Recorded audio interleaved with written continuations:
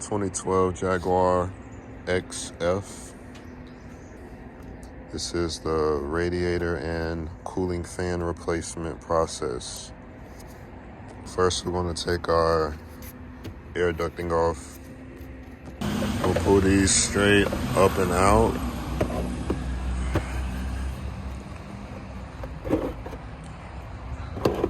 We'll grab this one out too. It's like it's on pretty good.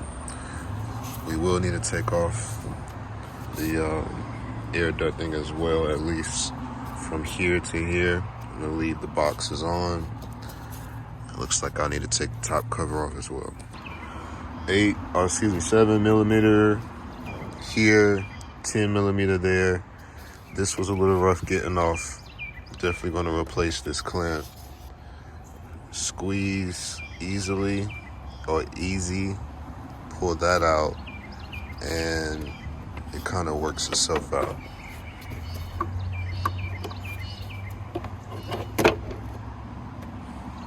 Okay, now that I can see some more stuff, I'm gonna jack it up to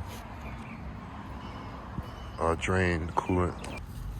Looks like this has been replaced, but it has 10 millimeters. Well, it's supposed to. And hopefully this will come down pretty easy. To get this out, there were 10s and Phillips screwdrivers coming from these on the sides. And once you get those out, it actually slides into the bumper. So, yeah. It looks like there's one more cover.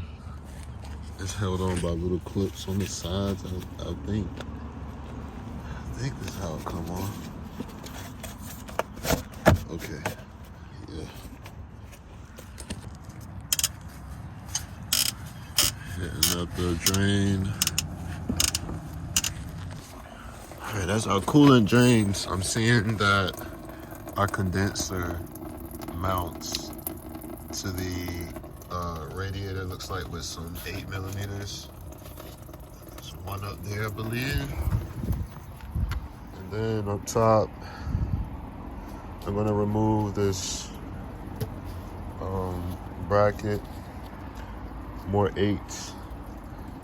Get the fan out of the way so I can see more, and I'll remove my upper hose and take this. I don't wanna, it's got a nice little grab on it. I don't wanna break it, so I'll take the upper hose off and then get my hand around it so I don't break that. That wasn't bad. It popped right out. Was it 3/6? I think it was 6 bolts. Now all of this is ready to be free. We can see our condenser a little bit better. Wow. This is definitely what can cause hot spots in the radiator. But my point is these types of clamps, coolant clamps, this is one of the best tools I've bought. It's been through better days, but my cousin Josh with Jay's Auto, if you see this, brother, this is your sign. Go get you one. All right, let's go for the fans. There's a clip here and an electrical clip at the bottom.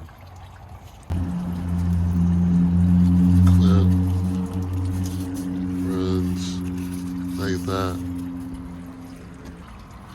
Let's see if the handy dandy will help.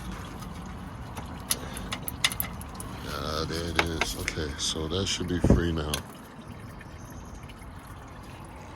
At this time, I'm going to remove the radiator and fan together because that's the job I'm doing. Some people may be here just for the fan job. If I were just doing the fan job, there's a bolt there from holding fan. There is a clip on that side, I want to say. No, I'm sorry, that's a hose clip. I don't think there's a bolt on this side. Oh, this is what I was looking for. This little holder thing.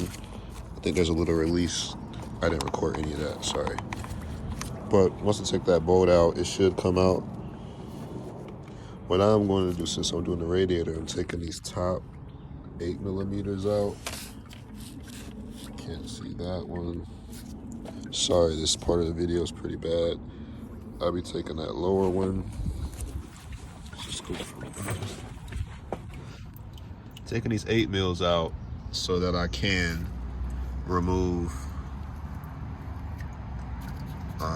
the radiator from the condenser, and I'll remove it all. Ready to address the lower hose, but it'll be better to remove this box. Got a clip there, holding thing there, got a tin there. Pull straight up out of these rubber grommets and it comes right out. If they come out, make sure you put them back. Sometimes they'll come off and stick on the lower halves where they mount, but just don't lose them. Now I can see my clip a bit better, and all of these lines that are here. I'm gonna go for this smaller line first. Get that out the way. Oh, it's a quick connect. Make it even better. Yay. And then I may take the lower line off here if it's easier, and leave it on the radiator. Whichever way it comes off the easiest. I do not want to damage this plastic. And if you ever see orange on plastic, you know what that means. If you don't, that means it's brittle. That mounting bolt for the fan, that's an 8mm. All right, that lower hose was not easy. I finally figured out how this clip releases. It's on the back side. You gotta press pretty hard. And now to release your fans up,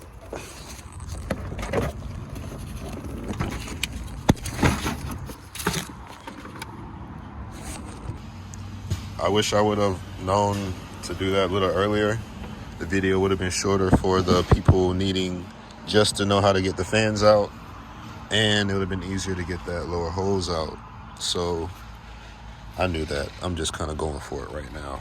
But right now I have a jack stand bracing my condenser with a little rag. Hopefully that keeps me from any craziness.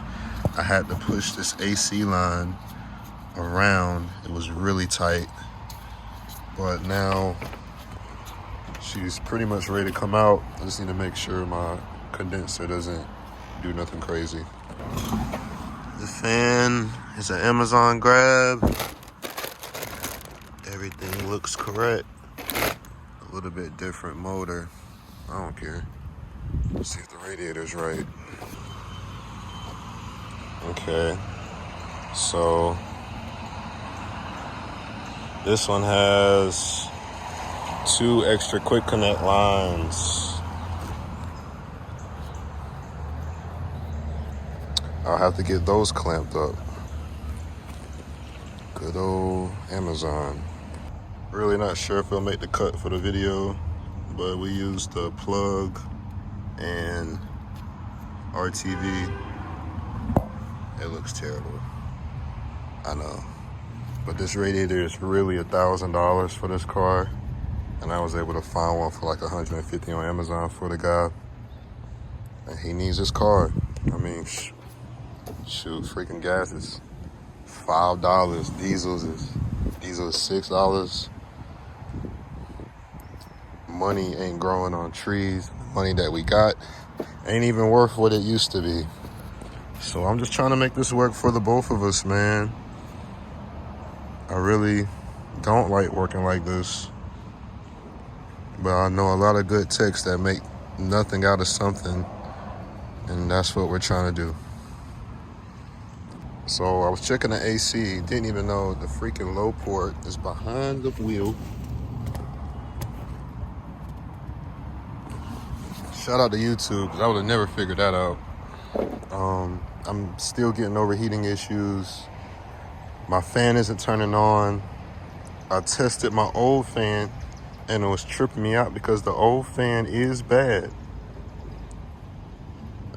Started searching for grounds.